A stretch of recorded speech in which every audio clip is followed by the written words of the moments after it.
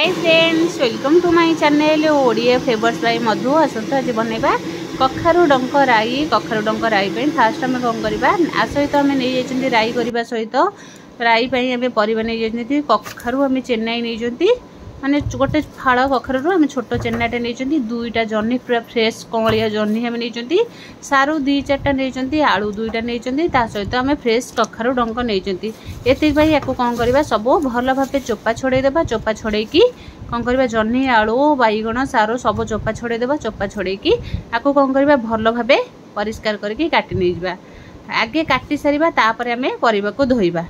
एबे सब आम चुन चुन करके काटिदेबा। एबे देखंतु बैगण कखारू जह्नी सारू आलू एतिक आम राई पाई नहीं जह्नी पकेले कखारू डंक राई रे बहुत बढ़िया लगे। जह्नी की केबे स्किप करेंगे नहीं। एबे आम नहीं कखारू डंक पूरा कखारू डंक देखो पूरा कौलिया कौलिया पूरा फ्रेश पूरा ग्रीन ग्रीन अच्छी एतिक आम कखारू डंक को भी काटिक नहीं सब परिबा को धोईकी रखीदेले। एबे कौन करवा कढ़ई कढ़ई बसईदेवा गैस उपरे। कढ़ई आम गरम होगला गोटे स्पून तेल देदेबा। तेल दे सारापर तेल को गरम होगा छाड़ीदेवा। तेल गरम होगला एबे कौन करवा परिबा को भाजी नवा। परिबा को आगे टिके भल भाव कषिदेवा तेल रे गोटे स्पून तेल पकेबा बेसी तेल पकेबा नहीं। एबे कौन करवा आपको गोलई गड़े टिके घोड़े देबा। घोड़े देले 2-3 मिनिट पई छाड़ीदेबा। 2-3 मिनिट पर पुणी आम काढ़ी देखा। देखो 2-3 मिनिट पर आमर परिबा टिके सीझी आसलानी। एबे कौन करवा सबू परिबा को टिके गोले सारा पर काटिकी रखीदिबा। कखारू डंक को पकेदेबा। एबे देखंतु धोईकी आपको बढ़िया से पूरा रखी देतिले। एबे कौन करवा कखारू डंक पकेइकी आपको भल भावे गोले नबा। एबे स्वाद अनुसार पकेदेले लूण हल्दी पाउडर पकेदेले गोटे स्पून हल्दी पाउडर पके सारा पर परिबा को भल भावे गोले देबा। बिल्कुल भी आधे टिके भी आम पानी देबा ना। यही आम जो परिया सब कषिले से ही बढ़िया से पूरा सीझीज। पानी आम परिबा कषारे बिल्कुल भी दबा नहीं। लूण हलदी पकईदेला लूण जो परिवार पड़ीज आपे आपे परिवार पानी बाहर कहीं परिवार आमर जह्नी पड़ी कखारू डंक पड़ी कखारू पत्र पड़ी आधे सब पानी बाहर।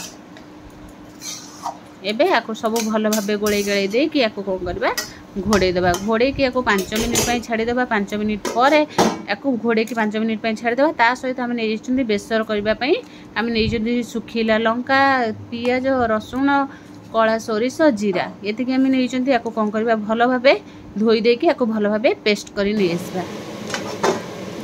एबे आम पेस्ट बाटिबा को छाड़ीदेवा।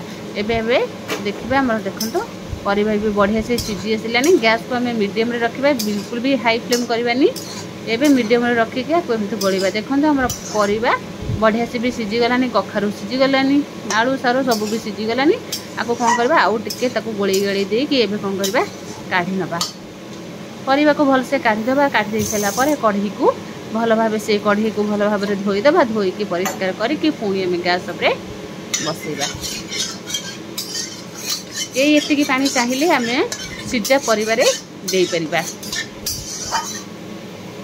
एबे कौन करवा ये पानी को आम परिबा धीरे देदेबा। दे सारिकी से कढ़ी की पुणी भल भाव धोईदेबा। धोई सारा पर गोटे स्पून आम देदेबा।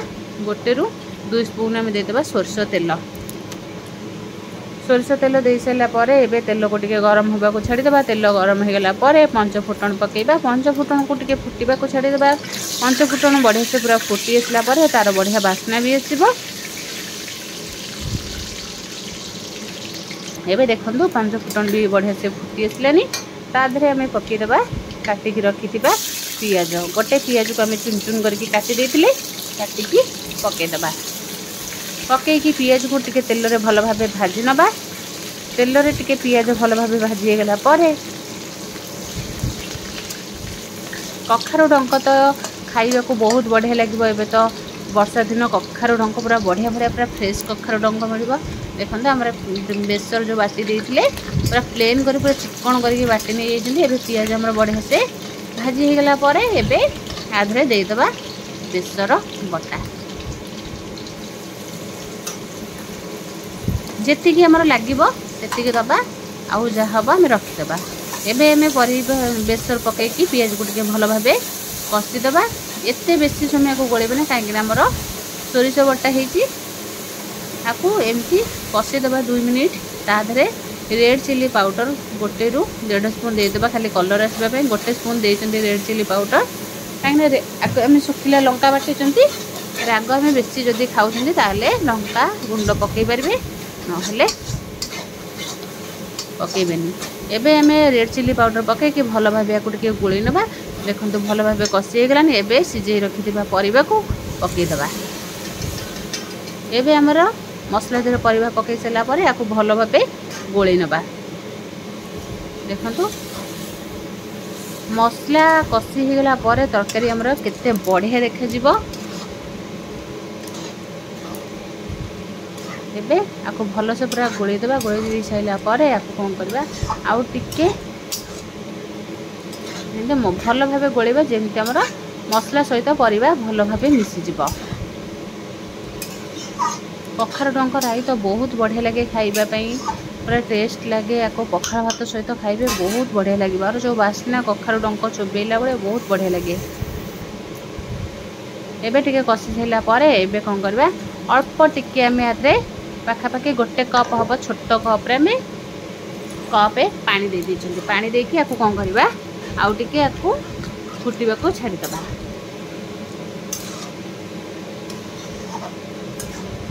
आम जिते बेसर बाटी आधे आम जीरा पकई जीराटा जिते बासब कखारू डंकर राई बहुत बढ़िया लगे खाइबापी। एबे कौन कर फुटेवाई छाड़ीदे 2 ରୁ 3 मिनिट। 2 ରୁ 3 मिनिट पर देखो आमर बढ़िया से पूरा फुटी आसानी तरकारी पूरा गबगब हो फुटुची पूरा बासुची जमती बहुत बढ़िया बास्ना कखारू डंकर।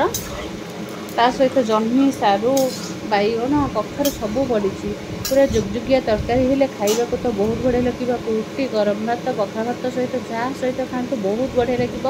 एवं धनिया पत्र पकईकि आउ टे भल भाव गोले नवा। एबे धनिया पत्र पकईकि आउ टे भल भाव गोले देला पर आर बास्ना आउरी 2 गुण बढ़ीज। एबे देखो सब परिबा पकई सारा पर गोले गई दे सारा पर केते बढ़िया तरकारी हमर रेडी हो गला। एबे कौन करबा आउ टिके ताकू गैस को एबे हमें बंद कर दो। बंद कर सारा पर यार देखिए कलर बहुत बढ़िया जीव। एबे गैस को हमें बंद करबा। बंद कर दे सारा पर देखो हमर तरकारी पूरा रेडी केते पुणी जुगजुकिया हमर जेमती बेसर दी हेची एते पानी नहीं कि एते काठ नहीं। जदि भल लगे लाइक शेयर कमेंट सब्सक्राइब निश्चय करेंगे।